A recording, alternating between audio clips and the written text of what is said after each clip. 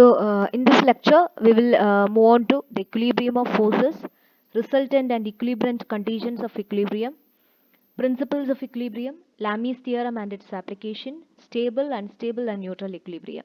So these are the things which we are going to discuss today. So before that, I have to explain you what is equilibrium. Equilibrium, in earlier classes we have discussed that if there are more than two or more number of forces, there is a resultant force which has the same effect as all the other forces. Okay, so that we have discussed. But you please think about a condition when all the effects of the forces cancels each other. For example, if you are considering a table, okay, you are pushing the table from both sides, okay. You are applying 10 kilonewton from the left side as well as 10 kilonewton from the right side. So in that case, the table will not move. So we can say that even though the force is applied, the table is not moving because both the forces are equal and opposite. So in that case, we can say that the table is in equilibrium. Okay, even though the force is applied, there is no effect or resultant is not there. So in that case, we can say that it is in equilibrium. So that is a condition of equilibrium. Okay, so that is what is known as equilibrium. So we'll discuss about that. Okay. So equilibrium of forces. If a resultant of a number of forces acting on a particle is zero, the particle will be said to be in equilibrium. Such a set of forces whose resultant is zero are called equilibrium forces. What I have explained earlier. Okay, if a number of forces are acting on a body, when its resultant is equal to zero, that means all the forces cancels each other. In that case, we can say that all the forces are in equilibrium. Okay, and a term known as equilibrant is there. The force which brings the set of forces in equilibrium is called equilibrant. Okay, the effect, for example, if there is a resultant, you assume that there is a resultant. Equilibrant is equal to the magnitude of the resultant in opposite direction. Okay, we can say that equilibrant means uh, a force which has the magnitude of the resultant in opposite direction, so that the forces or all forces will cancel each other. So that is known as equilibrant. It is equal to resultant but in opposite direction. Okay, so that is known as equilibrant. And in the next sentence it is given that it is equal to the resultant force in magnitude but opposite in direction.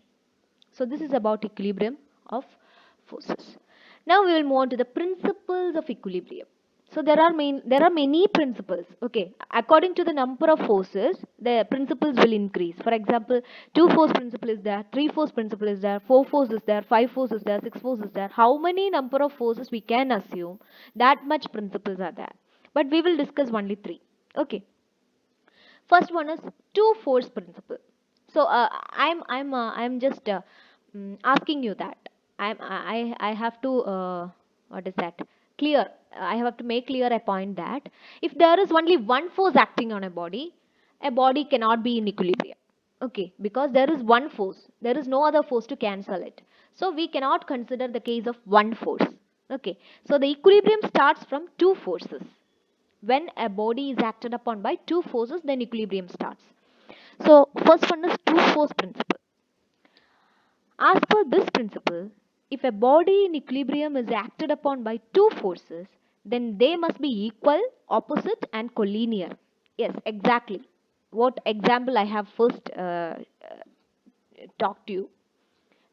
Take the example of a table. We are applying force from both the sides. They should be collinear, opposite and equal. In that case, we can say that the table is in equilibrium. That is the first principle. Okay, if two forces are acting, then they must be equal, opposite and collinear for getting the body in equilibrium. The next principle is 3-force principle. So in that case, if a body in equilibrium is acted upon by three forces, then the resultant of any two forces must be equal, opposite and collinear with the third force. Exactly. If the body is acted upon by three forces, then the resultant of any two forces should be equal, opposite and collinear with the other one.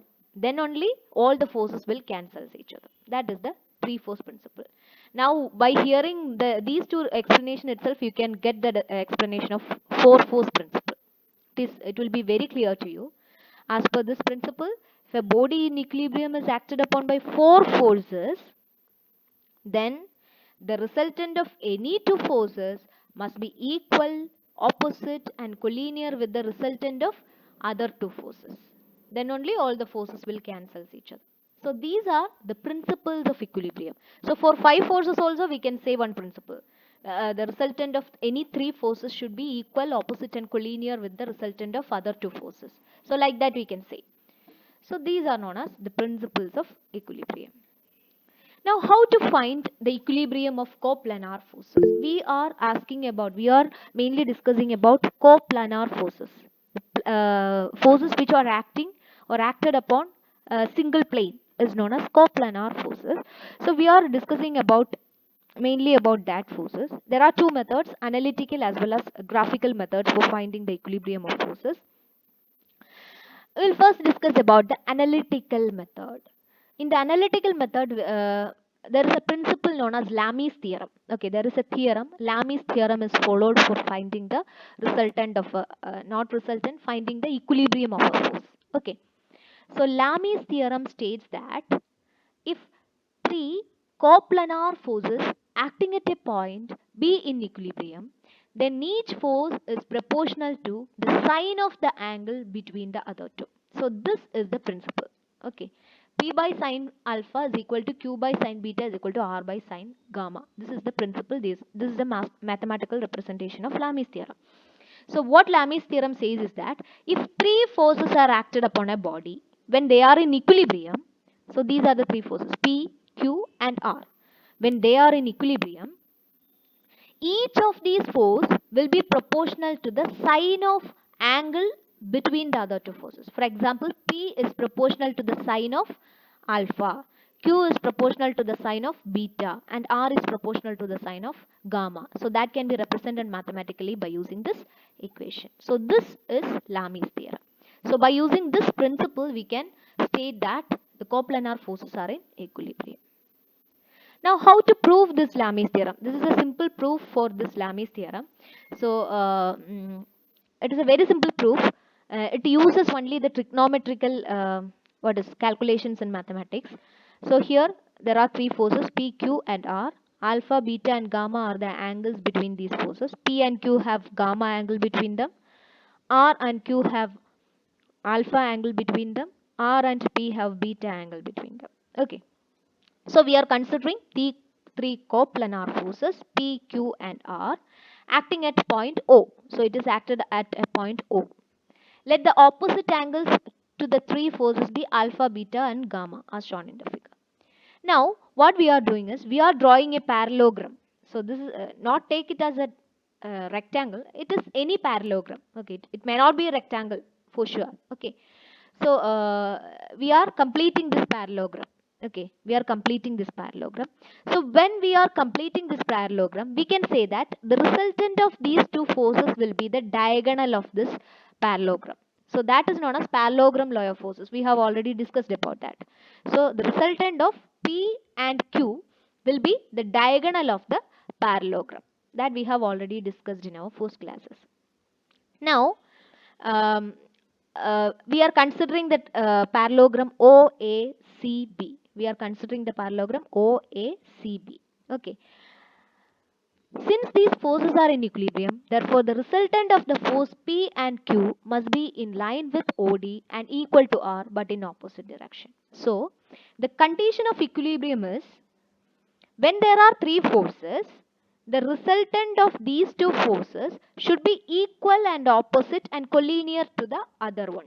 Okay, here the resultant of P and Q is this line. Okay, and the other force is R. So this resultant should be equal, opposite and collinear with R. So this is the condition of equilibrium. It should be stated like that. Okay.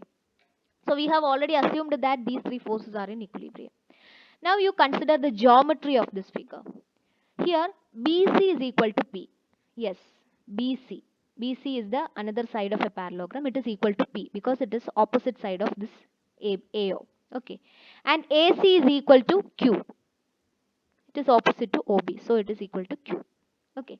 Therefore, angle AOC, angle AOC, AOC is equal to 180 minus beta. It is known to you because this AOC, this is the line. Okay, angle AOC is this. So this angle is beta. So we can say that this angle is 180 minus beta. Okay. And angle ACO, this angle ACO is equal to angle BOC. Okay, this Z alternate angles. ACO is equal to BOC is equal to 180 minus alpha, because we can say this line, in this line, this angle is alpha. So this angle is 180 minus alpha. So that will be equal to this angle because it is alternate angle. Okay. And angle CAO, CAO is equal to 180 minus angle AOC plus angle ACO. So this is a triangle. So the total number of sum of the angles will be 180 degree.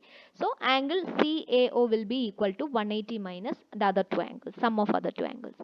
So by using this, you can substitute the angle AOC and substitute the angle ACO from these equations.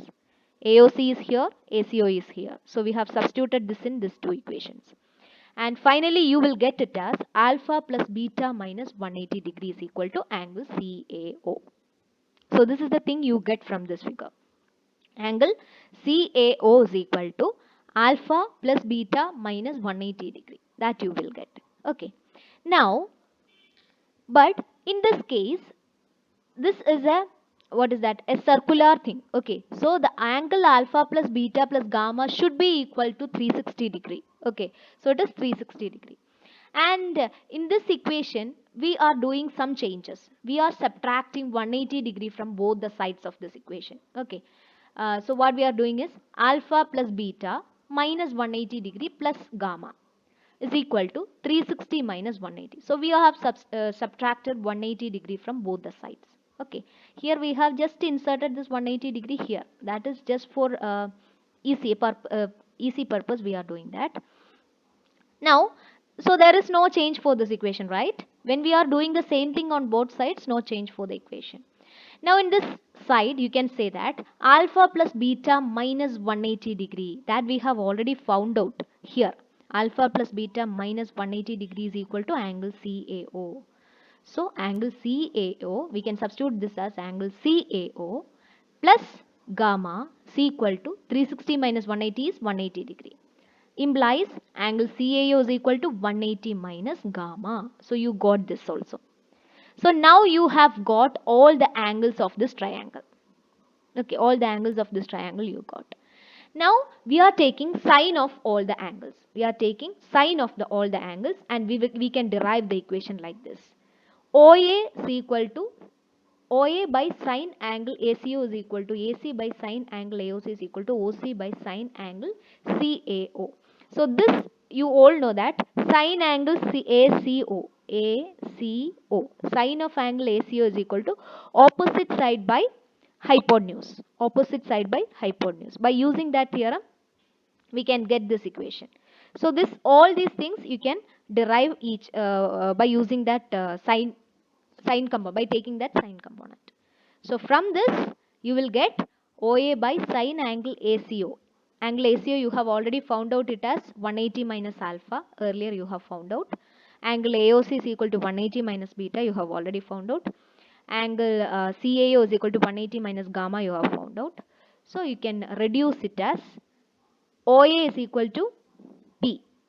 Yes, OA is equal to angle force P. AC is equal to force Q, and OC is equal to force R, because this OC is the resultant of these two, but it will be equal to R. So R. And 180 minus theta is equal to theta itself. Sine 180 minus theta is equal to sine theta itself. So by using that principle, sine 180 minus alpha is sine alpha, 180 minus beta is sine beta, and sine 180 minus gamma is sine gamma. So this was Lami's theorem. This was Lami's theorem. So we can say that this is a proof for Lami's theorem. So if you have any doubt, you can ask me in the last portion. Now So that was the analytical method for finding the equilibrium of forces. Now we are moving on to the graphical method. For finding the graphical method for the equilibrium of coplanar forces, we have to use two principles. Again, two principles are there. So they are known as the converse of the law of triangular forces and converse of the law of polygon of forces. We have already studied about the law of triangle and law of polygon of forces. Okay, so this is the converse of that, just an opposite of that. Okay, the first principle says that if three forces acting at a point be represented in magnitude and direction by the three sides of a triangle taken in order, the forces should be in equilibrium. So that is a condition. Okay, we cannot say it like this, but in some cases for graphical method you have to use this principle. So it is known as converse of the law of triangular forces. If three forces are represented by the sides of a triangle taken in order, then they should be in equilibrium. That is a condition which we are taking here to solve it graphically. Okay, again, if any number of forces acting at a point be represented in magnitude and direction by the sides of a closed polygon taken in order, the forces shall be in equilibrium. So, when it is taken as a triangle, it should be in equilibrium. When it is taken as a polygon also, it should be in equilibrium. So, these are the two principles by which we uses the graphical method to solve the equilibrium of forces. We will see it in problems. Now the graphical method, you all know the procedure for it is drawing space diagram, drawing Bose notation and drawing the vector diagram. That is very simple. We have already discussed about that many times. We will see it while doing the problem. Now there are certain conditions for this equilibrium. Okay, there are certain conditions. So each condition depends on these four states. State 1, state 2, state 3 and state 4. These are the three states of a body. Okay, whether a body is moving, whether a body is rotating, whether a body is at rest or whether it is moving and rotating. So that are the different states of a body. Okay, an object is moving, then there are certain conditions for equilibrium. When an object is at rest, there are certain conditions for equilibrium. When an object is rotating, then there are certain conditions of equilibrium. So there are four states of a body. One is the body may move in any direction. Second thing is the body may rotate about itself without moving. Third thing is the body can move in direction and rotate by itself. So both the things, moving and rotating. And fourth one is body may be at rest. So these are the four states of a body. For each of the state there are certain conditions for equilibrium, for being in equilibrium. We will see that. The state 1. Okay, state 1 means the body may move in any direction. So we are considering a body which is moving in any direction. In that case, for getting it in equilibrium, what we have to do? For getting it in equilibrium, the first thing you have to do is the body should be at rest. Okay, the body should be at rest. Now it is moving. For making it into rest, what we have to do is we have to make the horizontal component is equal to 0 and vertical component is equal to 0. Because the resultant is equal to sigma h square plus sigma v square, root of sigma h square plus sigma v square. Equilibrium comes only when the resultant is equal to 0, right? So for having the resultant is equal to 0, you have to make that sigma h and sigma v is equal to 0. So the condition for equilibrium in this case is sigma h is equal to 0 and sigma v is equal to 0. Second case, in that case the body may rotate about itself without moving. When the body is rotating, we can say that it is acted upon by a couple. Right, it is acted upon by a couple. So in that case, how the body can be in equilibrium? For making it into equilibrium, the moment of the body should be 0. Okay, for in case of couple, for making it into equilibrium, the moment of the body should be is equal to 0. Okay, the resultant moment of the body should be equal to 0. So sigma m is equal to 0 is the condition for this case. In the third case, the body is moving as well as it is rotating. So there is a force as well as a couple. Okay, there is a force as well as a couple. So there have to be two things. One is the resultant should be 0. The resultant of the force should be 0. And the second thing is the moment of the couple should be 0. So for satisfying both the condition, sigma h should be 0, sigma v should be 0, and sigma m also should be 0. So these are the conditions of equilibrium for this case. And the final one, the body is at rest. Now it is not, it does not have any resultant. Okay, it is already satisfying all the conditions. So no need of satisfying any other condition, because when it is at rest, there is no moment, there is no resultant, there is no vertical component, there is no horizontal component. So it is already in equilibrium. So these are the different conditions of equilibrium for the different states. Now the final topic we are discussing today is types of equilibrium. There are mainly three types of equilibrium: stable equilibrium, unstable equilibrium, and neutral equilibrium. I will explain it by use of a figure. Stable equilibrium means uh, a body is said to be in stable equilibrium if it returns back to its original position after it is slightly displaced from its position at rest. For example, here there is a curved surface. Okay, a curved surface is there. We are placing a ball here. A ball. First, firstly, it was at rest. Okay, when it is placed here, it was at rest. Now we are applying some forces. While applying some forces, what will happen to this ball? It will move slightly, but it will return to this position later. Okay, so this is known as stable equilibrium. It will regain its position to make it stable. Okay, make it stable, make it in stable equilibrium. So that is known as stable equilibrium. Example, a smooth cylinder lying in a curved surface is in stable equilibrium. If we slightly displace the cylinder from its position of rest, it will tend to return back to its original position. So when we are moving it, it will again return back to the same position for coming in equilibrium. So this is known as stable equilibrium. Second thing is unstable equilibrium. So here you can say this is a convex surface. A convex surface. Okay. So in that, above that we are placing a ball. Okay. Firstly it was at rest. Now we are applying a force. What will happen? It will roll down to some faraway places. Right? It will not come back to the same position. It will roll down and roll away to some faraway places. This is known as unstable equilibrium. Example, a smooth cylinder or ball lying on a convex surface is in unstable equilibrium. And the final one is neutral equilibrium. So here you can say this is a flat surface. A flat surface. Here we are placing a ball. It is at rest first. If you are applying a force, it will move some distance and come back to move some distance, and it will be at rest somewhere here. Okay, where at what direction we are moving the ball, at that direction it will come and rest. Okay, this is known as neutral equilibrium. So these are the different types of equilibrium, and this is about today's lecture. Thank you.